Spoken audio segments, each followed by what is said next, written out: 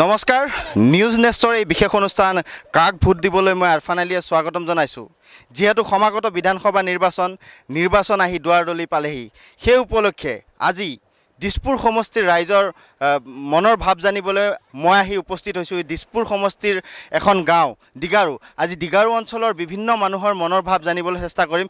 মোৰ লগত আছে এগৰাকী মহিলা। আমি পোনপ্ৰথমে তেখেতৰ ওচৰলৈ পোনে পোনে যাব বিচাৰিছোঁ।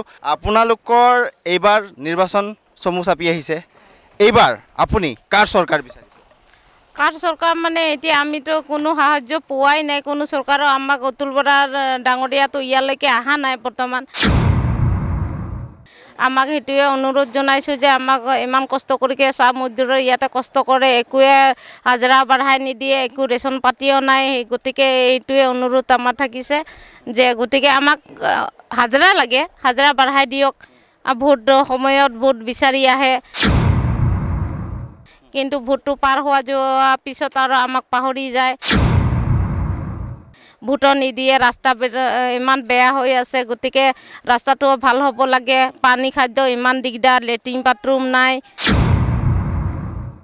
আৰু গতিকে আমি ইমান লকডাউনত ইমান কষ্ট খাইছোঁ, সাহায্য পোৱা নাই। এইখিনি আমাক লাগে। কিন্তু এইবাৰ চৰকাৰখন আপুনি কাৰ হোৱা বিচাৰে? কোনখন চৰকাৰ? বিজেপি, কংগ্ৰেছ, কাৰ চৰকাৰ হোৱাটো বিচাৰে?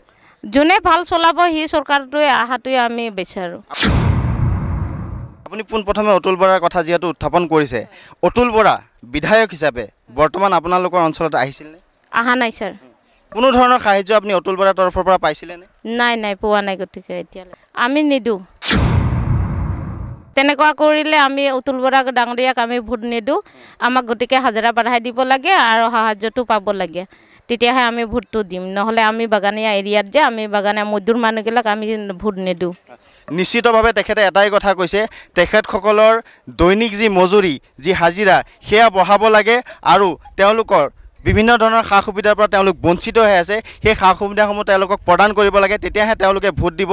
গতিকে আমি আৰু লোক আছে, তেওঁলোকৰ পৰা জানিব বিচাৰিম, এইবাৰ আপুনি কাৰ চৰকাৰ বিচাৰে? বিজেপি। দিছপুৰ সমষ্টিত পুনৰবাৰ বিজেপিয়ে অতুল বৰাক টিকট দিছে, সেই ক্ষেত্ৰত আপুনি কিমান সন্তুষ্ট?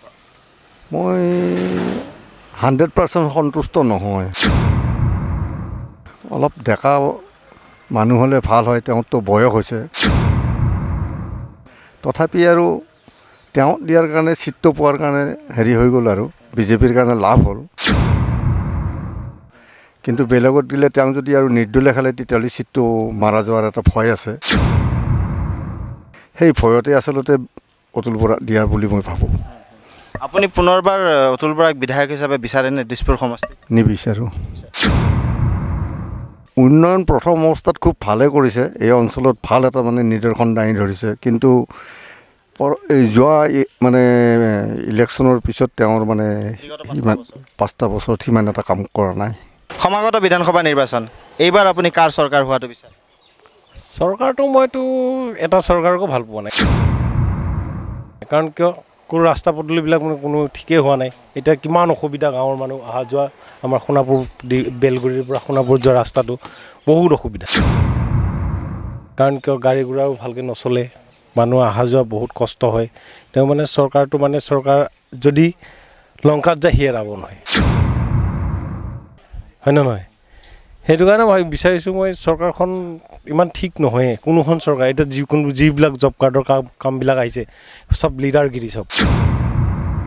বৰ্তমানৰ যিজন বিধায়ক অতুল বৰা, পুনৰবাৰ দিছপুৰ সমষ্টিত তেখেতে টিকেট পাইছে। অতুল বৰাৰ কৰ্মটো আগতে মানে ইয়াত গড় কাপ্তানি কাম কৰিছিল তেওঁ। মানে অতুল বৰাও মানে গড় কাপ্তানি মন্ত্ৰী আছিলতো, তেওঁ কিছু কাম কৰিছিল। বৰ্তমান এতিয়াতো নাই। এতিয়া মানে ছাইডত যিবিলাক কাম আহিছে তেওঁতো নাহেই, বেলেগ চেলাবিলাকে আহে। তাৰ যিবিলাক মানে হেৰিবিলাকে এইবিলাক কিছুমান পাতি দিছে নহয়, সেইবিলাকে আহে। আপোনাৰ অঞ্চলত চৰকাৰী সাহায্য ঢুকি পাইছেনে? চৰকাৰী সাহায্য ঢুকি পাইছে, অলপ চলপ পাইছে, নোপোৱা নহয়। কিছুমান মতা মাইকীবিলাকেও পইচা অলপ চলপ পাইছে। অতুল বৰাক আপুনি পুনৰবাৰ দিছপুৰত বিধায়ক হিচাপে বিচাৰে নে নিবিচাৰে? অতুল বৰাকতো মই নিবিচাৰোঁ, ভাল কাম কৰা নাই। আগত যেতিয়া AGP টাইমত কৰিছিল অলপ, এতিয়াতো বৰ্তমানটো নাই। নিৰ্বাচন আহি পাইছে ককা, বহু বছৰৰ পৰা আপুনি ভোট দি আহিছে, এইবাৰ আপুনি কাৰ চৰকাৰ বিচাৰে? কাৰ চৰকাৰ বিচাৰিম? আমি মানে তেনেকুৱা কোনো সিদ্ধান্ত লোৱা নাই।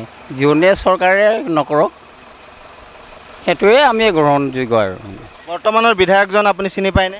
পাওঁ, অতুল বৰা AGPৰ দিনৰ পৰা পাওঁ। গড়কাপ্তানি বিভাগৰ আছিল আগতে ইয়াত, তেতিয়া অলপমান ভালেই আছিল মানুহটো। এতিয়া বৰ্তমান মানে এই ৰাস্তা ঘাট মানে আমাৰ 52 নং সমষ্টিৰ বিধায়কটো তেওঁ যে পূব গুৱাহাটীৰ সমষ্টি মানে কোনো এটা কাম মানে দেখা নাই। মুঠৰ ওপৰত আপুনি দিছপুৰ সমষ্টিত অতুল বৰাক পুনৰবাৰ বিধায়ক হিচাপে বিচাৰে নে নিবিচাৰে? তেনেকুৱা মোৰ এটা মন্তব্য নাই। যোনে হ'লেও হ'ল আৰু আমি আৰু কি বিচাৰিম আৰু বৰ্তমান অৱস্থাত। উন্নয়নৰ ক্ষেত্ৰত অতুল বৰাই আপোনাৰ অঞ্চলত কিমান কাম কৰিছে? অতুল বৰা বুলিকে নহয়, বিজেপি চৰকাৰ মানে ধৰ অলিয়ে গলিয়ে অলপমান কিবা এটা কৰিছে যদিও মনোভূত নহয়। এতিয়া মই ধৰ লেট্ৰিন নাই, মানে ধৰ অনুদানৰ ঘৰ নাই, অনুদানৰ লেট্ৰিন পোৱা নাই। এতিয়া মই কেনেকৈ কাক ভাল ক'ম? এই বুঢ়া বয়সতো মানে সেইটো পোৱাই নাই। পোৱাবিলাকে পাই আছে, নোপোৱাবিলাকে নাই, এনেকুৱা। বিনা পইচাৰ চাউল খোৱাছে ধৰ গোটেই চৰকাৰখনে। এতিয়া অতুল বৰাৰ অকলটো হেৰি নহয় না, গতিকে তেওঁ এতিয়া ভোট ভিক্ষা কৰিব বা তাকে টিকট দিছে, কিন্তু আমাৰ এইখিনিতে মই জনাত মনোপুত নহয়। এতিয়া কেনেকৈ ক'ম? নালাগে বুলিকে ক'ম, এতিয়া নালাগে বুলিকে ক'ম। আমি খাই সুবিধা একো পোৱা নাই, কি দিব? 3000 টকা ভোট পাম বুলিকে লৈ গৈছে। হা, এতিয়ালৈকে আমাৰ চাই সুবিধা দিয়া নাই, ঘৰ নাই। আমাৰ একদম গৰু গোহালিৰ নিচিনা ঘৰ। লেট্ৰিনটো দিছে, অকলে লেট্ৰিন দিলে নহ'ব নহয়। আপোনাৰ গাঁৱত অতুল বৰা আহিছিলে নেকি? নাই অহা নাই। এতিয়া কি ক'ম? এতিয়া নিদিয়া ক'ম, দিয়াই নাই তো কি ক'ম? টকাটা দিলে একলা নহ'ব নহয়। সাই সুবিধা একো দিয়া নাই আমাক।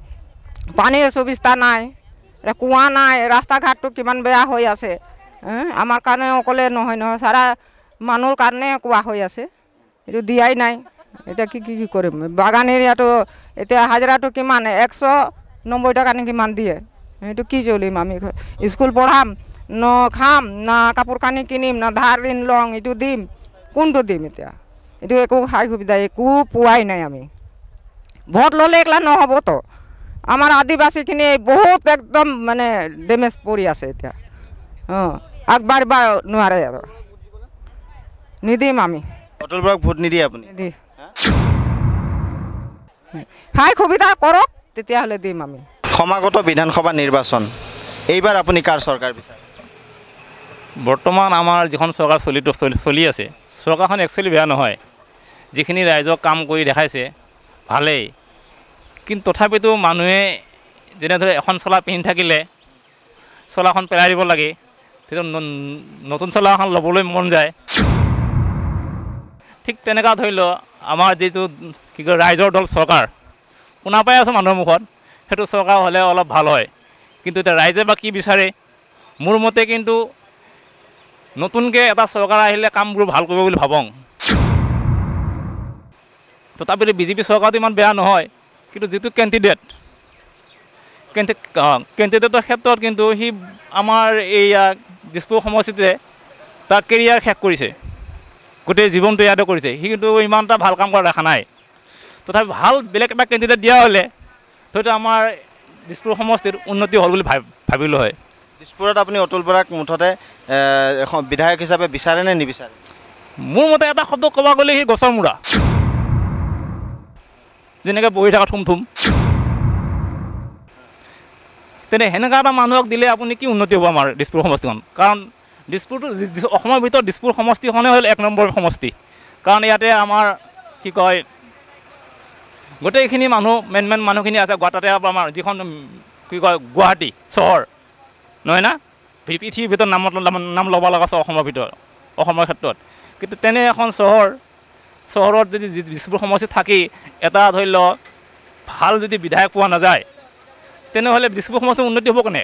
যেনে ধৰি লওক বিজেপি চৰকাৰখন কি কয় উন্নতিৰ পথত আগবঢ়াইছে কেৱল হেমন্ত বিশ্ব শৰ্মা, তেনে এটা ভাল শিক্ষিত কেণ্ডিডেট দিব লাগে দিছপুৰ সমষ্টিত। তেতিয়া দিছপুৰ সমষ্টিত ধৰি লওক ভৱিষ্যতত যাতে আমাৰ যিবিলাক ৰাস্তা ঘাট পদূলি বা ৰাইজৰ যিবিলাক উন্নতি হোৱা নাই সেইবিলাক উন্নতি হ'লহেঁতেন। অতুল বৰাই কৰা বুলি নহয়, কি যি কৰিছে কিন্তু বিজেপি চৰকাৰে কৰিছে, অতুল বৰাই কৰা বুলি ক'ব নোৱাৰি এইবিলাক বস্তু। সিমানে কথা। অতুল বৰাই কি আহিছে চাইছে গৈছে সেইটো কিন্তু এনেকুৱা নহয়। ৰাইজৰ লগত জড়িত হৈ থাকিব লাগিব। ৰাইজে যিবোৰ ধৰি লওক কাম কৰিছে সি নিজে আহি চোৱা চিতা কৰিব লাগে। কোনোবা দালালক দিলে আধা খালে আধা কৰিলে কি উন্নতি হ'ব এনেকৈ আমাৰ চহৰ। নিৰ্বাচন আহি পাইছে, হয় এইবাৰ আপুনি কাৰ চৰকাৰ বিচাৰে?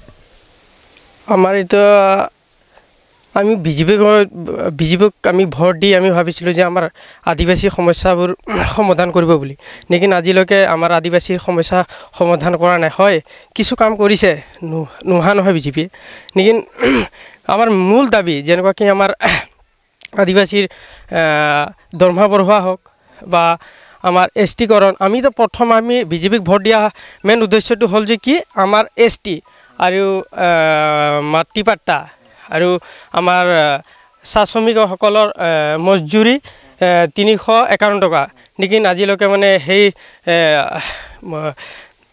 দৰমহা বঢ়োৱাটোৰ কোনো মানে সিদ্ধান্ত আজি চৰকাৰে কোনো হেৰি লোৱা নাই। 167 আগত কৰিছিলোঁ, চৰকাৰে ক'লে যে আমাৰ চৰকাৰ আহোঁতে আমাৰ তোমালোকক 351 টকা দিয়া হ'ব, গতিকে 351 টকা আজিলৈকে আমি দেখা পোৱাও নাই আৰু আমাক দিয়া আমি গম পোৱাও নাই। গতিকে 50 টকা এতিয়া বঢ়াইছে বুলি কৈছে, গতিকে 50 টকাত আজিকালি কি হ'ব? 50 টকাত আজিকালি একো নহয়। বৰ্তমান ভাৰতীয় জনতা পাৰ্টিক যিহেতু আপুনি ভোট দি আহিছে বুলি কৈছে, বৰ্তমান ভাৰতীয় জনতা পাৰ্টীয়ে অতুল বৰাক টিকট দিছে, এই ক্ষেত্ৰত আপুনি অতুল বৰাক বিধায়ক হিচাপে আপোনাৰ সমষ্টিত বিচাৰেনে? মেইন সমস্যা কি আমাৰ মেইন দাবীটো হ'ল কি এছটি, আদিবাসীৰ মাটিৰ পাট্টা, তাৰপিছত হ'ল আমাৰ চাহ শ্ৰমিকসকলৰ মজুৰি বৃদ্ধি, সেইবিলাকতো কাম হোৱাই নাই। তো আমি এইবাৰ আমি ভাবিছোঁ যে আমি চৰকাৰ আমি চেঞ্জ কৰা যাব, বিজেপিক দিয়া নহ'ব, কাৰণ আমাক বহুত প্ৰত্যাখ্যান কৰাৰ নিচিনা আমাক কৰি থৈছে বিজেপি চৰকাৰে। আমাৰ এলেকাত এতিয়া বৰ্তমান ৰাস্তাটো বনাই আছে, নেকি আমাৰ মেইন ৰাস্তাটো আমাৰ গাৰ্ডেনৰ য'ত মেইন যোৱা ৰাস্তা, আমাৰ নিজৰ ঘৰৰ কাষত যোনটো মেইন ৰাস্তাটো, এটা আমাৰ মেইন ৰাস্তাটো হোৱা নাই। আৰু পানীৰ আমাৰ ইয়াত এনেকুৱা অসুবিধা, পানীৰ অসুবিধা, নেকি পানীৰ অসুবিধাৰ কোনো সুবিধা চৰকাৰে আজিলৈকে কোনো কৰি দিয়া নাই, ৰাস্তা ঘাটৰ কোনো সুবিধা কৰি দিয়া নাই। আৰু আপোনালোকে গম পাইছে, চাওক আপোনালোকে টি গাৰ্ডেনৰ ঘৰসমূহ কেনেকুৱা অৱস্থাত মানুহ আজি বাগানৰ টি গাৰ্ডেনৰ মানুহকেইটা থাকিব লগা হৈছে। এনেকুৱা অৱস্থাত মানুহ যে জীয়াই থাকিছে টি গাৰ্ডেনত কাম কৰি, 167তো চলিবই নোৱাৰে। আজিকালি যি দিন দুনিয়াত আৰু আজিকালি যিকোনো বস্তুৰ মূল্য বৃদ্ধি ইমান বাঢ়ি গৈছে, সময়ত 15 দিনত সপ্তাহত বাঢ়ি গৈছে, নেকি আমি 167ত কেনেকৈ চলিম? নেকি তেওঁ আমাৰ আদিবাসীসকলে যেনেকুৱাকৈ চলি আছে চাহ শ্ৰমিকসকলে 167ত। আৰু কামৰ বিষয় দি কৈছে, ৰাস্তাৰ আপোনালোকে গ'লে গম পাব ৰাস্তাটো, আমাৰ যোনটো মেইন ৰাস্তা, আমি যোনটো ঘৰৰ পৰা যোনটো পদূলি ৰাস্তাটো চৰকাৰে কৈছে যে আমি ভিতৰে গলিয়ে ৰাস্তা বনাই দিছোঁ, ক'ত আমাৰ ইয়াত ৰাস্তা? একো ৰাস্তা হোৱা নাই, আমাৰ একো ৰাস্তা আমাৰ ইয়াত হোৱা নাই। বিধায়ক আপোনালোকৰ স্থানীয় বিধায়কে কাম কৰিছে নে নাই আপোনালোকৰ? আমাৰ ইয়াত একো কাম কৰি দিয়া নাই। হয় যোনটো ৰাস্তা এতিয়া শুনা পাইছোঁ, এতিয়া মেইন কথা হ'লে আমি গম নাপাওঁ ভিতৰীয়া কথা, লেকিন আমাৰ যোনটো মেইন ৰাস্তা, আমাৰ যোনটো পদূলিৰ ৰাস্তাটো হ'ব লাগে, সেই ৰাস্তাটো কি কয় বাংলাৰ হেৰিত লৈ গৈছে বুলি এনেকৈ শুনা পাইছোঁ, লেকিন আমি ইমানটো নাজানো নেকি। মেইন কথা হ'ল সমাগত বিধানসভা নিৰ্বাচন আহি আপোনাৰ দুৱাৰদলি পালেহি, এইবাৰ আপুনি কাৰ চৰকাৰ বিচাৰে? চৰকাৰ মানে কাৰ বিচাৰি মানে চৰকাৰটো আৰু যিখন চৰকাৰ চলি আছে বৰ্তমানটো ভালেই চলি আছে। কথা হ'ল কি, যিবোৰ বিধায়ক সেইবোৰকহে মানে মনত মানে আৰু আনন্দ নহয়, বা ৰাজহুৱাৰ কাৰণেও আনন্দ নহয়, মোৰ নিজৰ ব্যক্তিগতৰো আনন্দিত নহয়। কাৰণ যিটো অতুল বৰা এতিয়া বৰ্তমান টিকেট পোৱা বুলি অলপ আগতে মই অলপ চালোঁ, শুনিলোঁ, কিন্তু তেখেতে আজি একে ৰানিং 5টা বছৰ আগতেও সি জিকি আছে, মানে বিধায়ক হৈকে থাকে, কিন্তু ৰাইজৰ ফলীয়া হৈ বা ৰাইজৰ হৈ একো কাম মুঠতে নকৰে,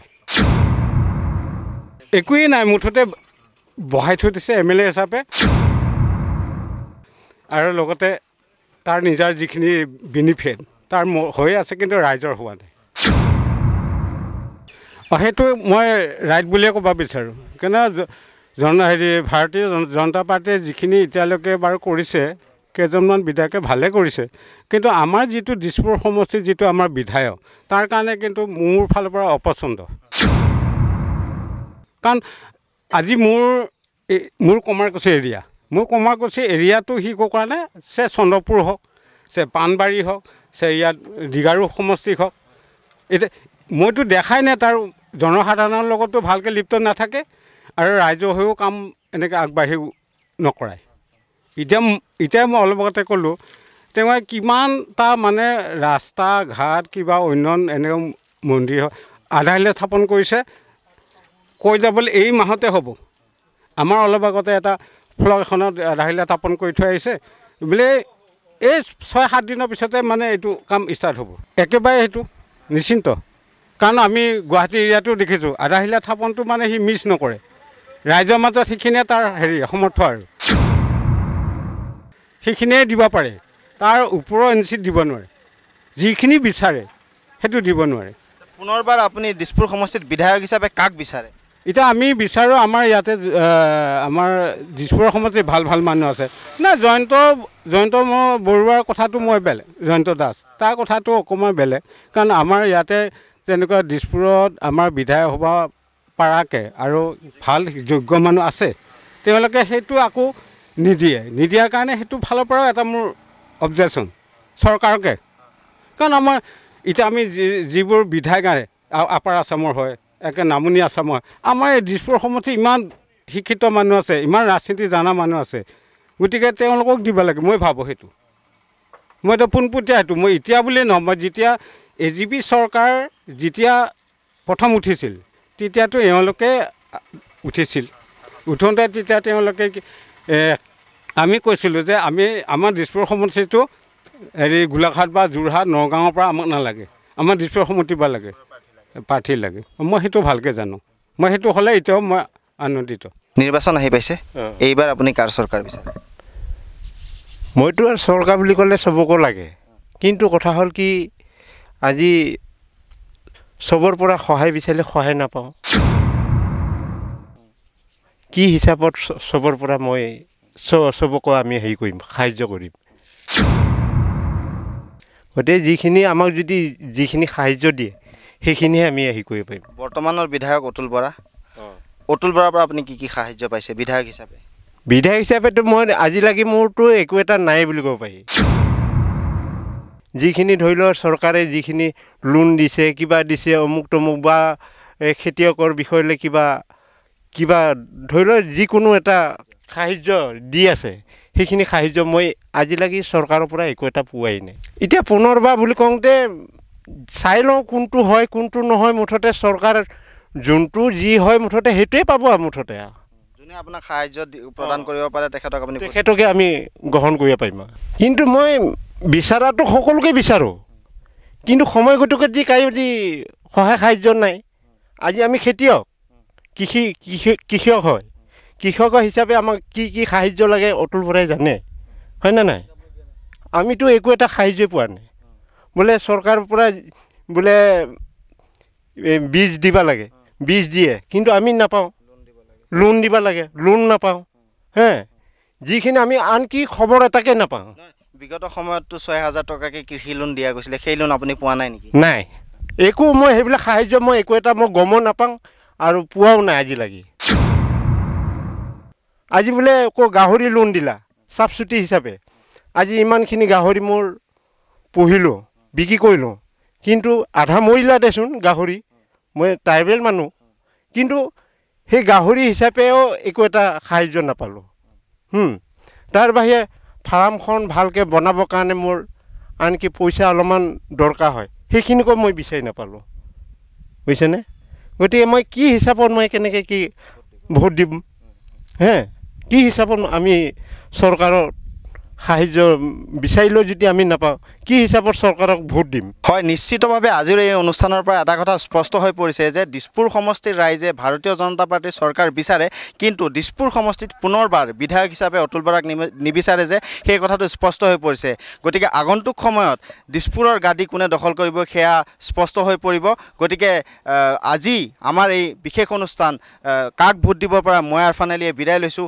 চাই থাকিব নিউজ নেক্সট বৃত্তিমূলক শিক্ষা খণ্ডত নতুন সংযোজন ডেফোডিল কলেজ অফ হৰ্টিকালচাৰ উত্তৰ পূৰ্বাঞ্চলৰ ভিতৰত এখন নাৰ্চাৰীৰ সহযোগত নিৰ্মিত প্ৰথমখন ব্যক্তিগত খণ্ডৰ মহাবিদ্যালয় অত্যাধুনিক আন্তঃগাঁথনিৰে উচ্চ শিক্ষিত শিক্ষকৰ দ্বাৰা গুণগত মানদণ্ডৰ শিক্ষাদান ছাত্ৰ ছাত্ৰীৰ বাবে উন্নত মানদণ্ডৰ শ্ৰেণীকোঠাৰ লগতে সুশৃংখলাবদ্ধ আৱাসিক কোঠাৰ সুব্যৱস্থা থকা এখন জাকত জিলিকা মহাবিদ্যালয় ডেফোডিল কলেজ অফ হৰ্টিকালচাৰ যোগাযোগৰ ঠিকনা Kshetri college gate mobile number 9854051202 অথবা 98543234000